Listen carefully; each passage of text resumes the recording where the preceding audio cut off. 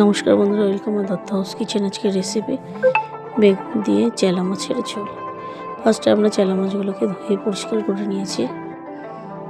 এরপরে পরিমাণ মতন দেব লবণ আর হলুদ। এরপরে ভালো করে মাছটাকে আমরা মাখিয়ে নিয়েছি। মাছটাকে ভালোভাবে মাখিয়ে নেওয়ার পরে এখানে নিয়েছি আলু, বেগুন আর টমেটো। এখানে পেঁয়াজ আর টমেটো বেটে নিয়েছি জিরে গুঁড়ো, লঙ্কা গুঁড়ো এবং হলুদ গুঁড়ো।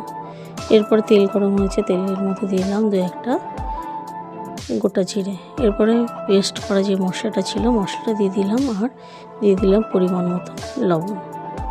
এরপরে ভালোভাবে আমরা মিশিয়ে নেব যতক্ষণ না মশলা থেকে তেল ছাড়ছে।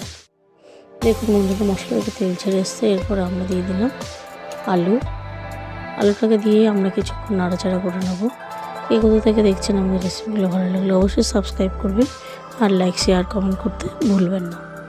দেখুন বন্ধুরা, ভালোভাবে মিশিয়ে নিচ্ছি। এরপরে বেগুনটা আমরা দিয়ে দেবো। বেগুনের মধ্যে কয়েকটা আলু আছে একসাথে যেহেতু রেখেছিলাম।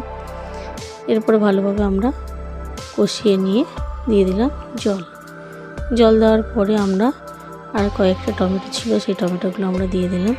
এটা সামুদ্রিক মাছ, তার জন্য একটু টমেটো ধনেপাতা বেশি দিতে হবে। এরপরে হালকা একটু জল গরম হলে ভিজে রাখা মাছের টুকরোগুলোকে আমরা দিয়ে ভালোভাবে ফুটিয়ে নিয়েছি। ভালোভাবে ফুটে আসলে আলুটাকে সিদ্ধ হলে এরপর আমরা দিয়ে দিলাম পরিমাণ মতন ধনেপাতাটা বেশি পরিমাণে দিতে হবে। আমাদের রেসিপি রেডি। ভালো লাগলে অবশ্যই সাবস্ক্রাইব করবেন। নমস্কার, ধন্যবাদ।